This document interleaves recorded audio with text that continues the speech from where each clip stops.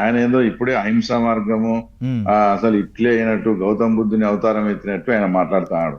అవన్నీ అసలు పక్కన పెడితే ఆయన కాన్స్టిట్యున్సీలో ఒక దళిత మహిళ హత్య గావింపబడింది ఆయన ముఖ్యమంత్రిగా ఉన్నప్పుడే. లింగాల మండలంలో పెద్దగూడలో నాగమ్మ అనే ఆమె, ఆ తర్వాత రేప్ అండ్ మర్డర్ జరిగిందండి. ఆయన లా అండ్ ఆర్డర్ భద్రత గురించి చెప్తాం, అది పరామర్శించేదానికి అప్పుడు టీడీపీ మహిళా అధ్యక్షురాలుగా ఇప్పుడు ప్రజెంట్ హోంమంత్రి గారు వస్తే వాళ్ళ సెక్షన్స్ అనేవి ఎట్లుంటాయంటే, ఆమె ఎస్సీ కాబట్టి మా మీద ఎస్సీ కేసు పెట్టారు. ఏమని? వాళ్ళ కుటుంబ గౌరవానికి భంగం వాటిల్లే విధంగా మేము ప్రవర్తించామని మా మీద పెట్టినారు. ఓకే, కరెక్టే. ఆమె మీద కూడా అంటే ప్రజెంట్ హోంమంత్రి మీద ఎస్సీ కేసు పెట్టారు. ఎస్సీకి వాళ్ళకి ఎస్సీ కేసు అట్రాక్ట్ కాదనే విషయం తెలియకుండా ఎస్సీ యాక్ట్ పెట్టారండి. ఓకే, ఎస్సీల మీద ఎస్సీ మీద ఎస్సీ కేసు అట్రాక్ట్ కాదు, అది అదర్ క్యాస్ట్ మీదనే అట్రాక్ట్ అవుతుంది. అది కూడా తెలియకుండా హోంమంత్రి మీద పెడితే మళ్ళీ ఆయన డిశ్చార్జ్ పిటిషన్ వేసి మీరు ఎస్సీ దాంట్లోకి రారని తర్వాత తీసుకున్నారు. అమరావతి ఉద్యమంలో కూడా ఇలాంటి జరిగినట్లున్నాయి సార్, అక్కడ కూడా కొంతమంది. ఆ తర్వాత సింహాద్రి మండలంలో దుద్దగుంట అనే గ్రామంలో పరమేశ్వరుడు అనే అతన్ని హత్య చేశారు. తర్వాత పులివెందుల కాన్స్టిట్యున్సీలోని లింగాల మండలంలో నాగరాజు అనే అతన్ని హత్య చేశారు. కనీసం మేము ఎఫ్ఐఆర్ లో పేర్లు పెడితే ఆ కుటుంబ సభ్యులు వాళ్ళను కూడా తప్పించేసి ఏదో అనామకులు తెచ్చి చేసినారు. అంత ఘోరంగా ఆయన పరిపాలించాడు. ఇందాక మీరు చెప్పారు కదా, ఇట్లే ఉంటే మా కార్యకర్తలు అది ఇదని. అవును, తిరగబడతారు, అప్పుడు జరిగే పరిణామాలకు బాధ్యత మీదే అనేటువంటి దాన్ని కూడా ఆయన హెచ్చరించాడు. ఆ తిరగబడేది ఏందో ఇప్పుడు మేము పులివెందుల్లోనే ఉన్నాం. వాళ్ళకి ఎప్పటి నుంచి ఇక్కడ హోల్డ్ ఉంది కదా. వాస్తవం చెప్తానండి, ఈరోజు రిజల్ట్ వచ్చిన రోజు నుంచి ఇంపార్టెంట్ గా ఎవరైతే బాగా రౌడీజంగా తిరుగుతారో అలాంటి వాళ్ళంతా ఒక 15-20 మంది ఒక 20 రోజులు కనపరాకుండా వినారు పులివెందుల నుంచి. ఎక్కడ ఏదన్నా మేము జరుగుతాదేమని. ఎప్పుడు మన ముఖ్యమంత్రి గారు మనము చట్ట ప్రకారమే వాళ్ళని శిక్షిస్తాము, శాంతిభద్రత విఘాతం వద్దని మన ముఖ్యమంత్రి గారు స్టేట్మెంట్ ఇచ్చినాక అప్పుడు వాళ్ళు ఒక్కొక్కరు పులివెందులకు వచ్చినారు. అంటే పులివెందులోనే ఈ పరిస్థితి ఉంది. ఇంకా వాళ్ళ కార్యకర్తలు చించేది ఆరేసేది ఏం లేదు.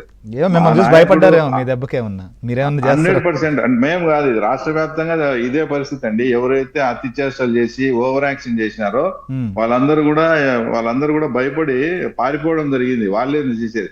కానీ మా ముఖ్యమంత్రి గారి మనస్తత్వం అలాంటిది కాదు కాబట్టి ఆయన చట్ట ప్రకారం పోదామన్నాక వాళ్ళు కొంచెం రిలీఫ్ అయ్యి ఇప్పుడిప్పుడే ఒక్కొక్కరు వచ్చి మళ్ళీ వాళ్ళ జనజీవన సముద్రంలో కలిసిపోయినారు. వాళ్ళ కార్యకర్తల గురించి మాకు తెలియదు. ఆయన ఊరికే స్టేట్మెంట్ ఇచ్చారనుకోవచ్చు. ఆయన నిన్న ఊరికే ఏదో అంటే ఇప్పుడు ప్రశాంతమైన వాతావరణం ఉందండి. మీరెంత రెచ్చగొట్టినా కూడా మా ముఖ్యమంత్రి గారు లా అండ్ ఆర్డర్ మెయింటైన్ చేస్తాడు. ఈ కార్యకర్తలను ఈ విధంగా రెచ్చగొడితే అన్నోసారి ఏదైనా జరిగితే ఏదో మళ్ళా అది కాదండి. ఆయన ముఖ్యమంత్రిగా ఉన్నారు. ముఖ్యమంత్రిగా ఉండి 5 ఏళ్ళు పరిపాలన చేసినప్పుడు ఎన్ని ప్రెస్ మీట్లు ఇచ్చాడు? ఈ ప్రతిపక్ష నేతగా ఉన్నప్పుడు ఇప్పటికి ఎన్ని ప్రెస్ మీట్లు ఇచ్చాడు? అంటే ప్రజాస్వామ్యం అనేది మీకు ప్రెస్ మీట్లు ఇవి ఇప్పుడే గుర్తుకొచ్చినాయా? మీరు ముఖ్యమంత్రిగా ఉన్నప్పుడు ఇదంతా కూడా మీకు గుర్తుకు రాలేదా చెప్పండి?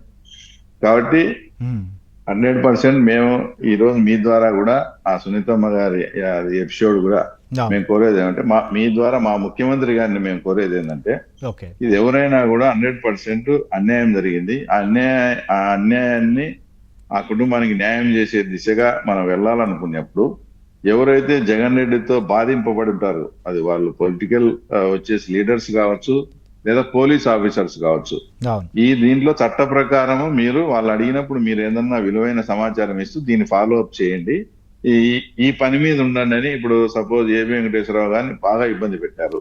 అలాంటి వాళ్ళకి కానీ ఎవరన్నా రియల్ గా పొలిటీషియన్ జగన్ మీద ఇబ్బంది పడిన వాళ్ళకి ఒక టాస్క్ అప్పగిచ్చి మీరు ఈ పని మీద ఉండండి అంటే వాళ్ళు ఆ పని కూడా చూసుకుంటా ప్రభుత్వం నుంచి కూడా ఏదన్నా కూడా వాళ్ళకి కావాల్సిన సమాచారం అది ఇస్తా పోతే ఈ కేసు త్వరితగతిన అయిపోయి ఈ రోజు నిన్న సుప్రీంకోర్టులో కూడా వచ్చింది. జగన్ అక్రమాస్తుల కేసులన్నీ కూడా మీరు ఎందుకు ఇంత డిలే చేశారు? ఆ కేసులు ఇప్పుడు కన్నా స్టెప్ బై స్టెప్ రోజువారీ విచారణ జరిగింది అనుకోండి, ఆయన లోటస్ బాండ్ లోనే ఉండాల్సి వస్తుంది. బెంగళూరు కూడా అవసరం లేదు. ఆ కేసులు అటెండ్ అవుతా ఆ లోపల ఈ కేసు కూడా జరగాల్సింది. వాటిలో డిశ్చార్జ్ పిటిషన్లు వేస్తే పోతున్నారు కదా 10 ఏళ్ల నుంచి. అంటే అది ఇప్పుడు ఈ చట్టంలో ఉండేటి మామూలుగా మనం ఒకటి బైండ్ ఓవర్ అవుతాం చూడండి, అట్లా మీరు డిశ్చార్జ్ పిటిషన్లలో ఈ కేసు ఏమో జరుగుతా పోనండి. డిశ్చార్జ్ పిటిషన్ ఏ రకమైన తీర్పు వచ్చినా కూడా మేము ఆ తీర్పు